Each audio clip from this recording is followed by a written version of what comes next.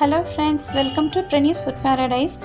இன்னைக்கு நம்ம பார்க்க போறது சீரக சம்பா அரிசியில ரொம்ப சூப்பரான ரொம்ப டேஸ்டா இருக்குங்க. இதுல நம்ம சிக்கன் பிரியாணி செய்ய போறோம். யூசுவலா பாஸ்மதி ரைஸை விட இந்த ரைஸ்ல செஞ்சு பாருங்க. அதோட ஸ்மெல்லே ரொம்ப நல்லா இருக்கும். இப்போ இது எப்படி பண்றதுன்னு பார்க்கலாம் வாங்க. இப்போ இதுக்கு நான் ஒரு 1/4 கிலோ சிக்கனை வாஷ் பண்ணி வச்சிருக்கேன். இப்போ நம்ம இத பிரஷர் குக்கர்ல போட்டு வேக வச்சுக்கணும். இப்போ இதுக்கு தேவையான அளவு மஞ்சள்தூள் ஒரு 1/4 ஸ்பூன், 1/2 ஸ்பூன் சீரகம், நறுக்கின வெங்காயம் கொஞ்சம் ஆட் பண்ணிக்கலாம். இதுக்கு தேவையான உப்பு இதுக்கு தேவையான உப்பு மட்டும் போட்டால் போதும். இப்போ 1 கப் வாட்டர் இதில் நம்ம ஆட் பண்ணிவிட்டு அதை வேக வச்சுக்கலாம். இப்போ இதுக்கு தேவையான மசாலாலாம் எடுத்து ஒரு பேனில் வறுக்க போகிறாங்க. சோம்பு 2 ஸ்பூனு, மிளகாய் வரமிளகாய் ஒரு 4, கல்பாசி 1, பட்டை 2, ஏலக்காய் ஒரு 4, கிராம்பு ஒரு 4 எடுத்துக்கலாம். இப்போ இது எல்லாமே போட்டு நம்ம ஃப்ரை பேனில் நம்ம ட்ரையாகவே வறுத்துக்கலாம். இப்போ இதை ஆற வச்சுட்டு இப்போ நம்ம மிக்ஸி ஜாரில் போட்டு அரைக்கணும். ஸோ ஒன்ஸ் இது ஆறுனதும் மிக்ஸி ஜாரில் எடுத்துக்கலாம். இப்போ இதுக்கு தேவையான 8 பல்லு பூண்டு, ஒரு 4 பல்லு இஞ்சி எடுத்துக்கலாம். இப்போ இதுக்கு தேவையான 3 தக்காளி நான் அரிஞ்சு வச்சுருக்கேன். இப்போ இதையும் நம்ம போட்டு மிக்சியில் ஆட் பண்ணிக்கலாம்.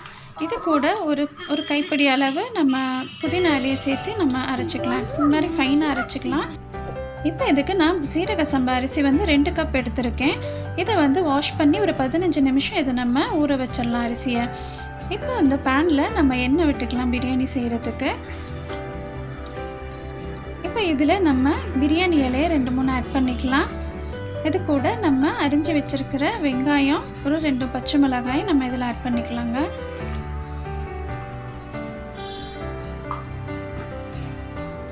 இப்போ இது கூட ஒரு கைப்பிடி அளவு புதினாவை நம்ம ஆட் பண்ணிக்கலாம்.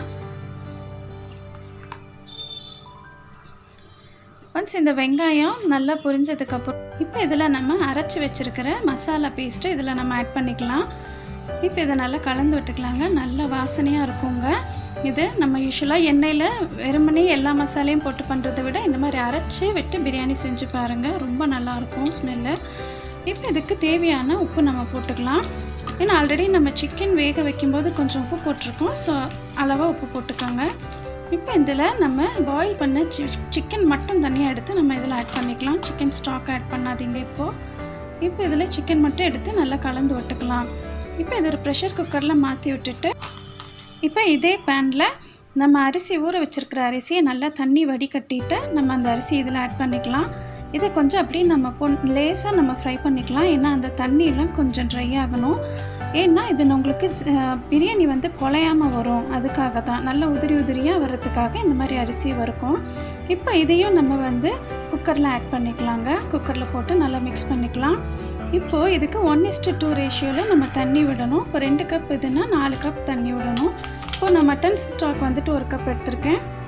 ப்ளஸ் இதோட ஒரு 2-3 கப் நான் என்னோடய அளவுக்கு நான் எடுத்திருக்கேன் தண்ணியை.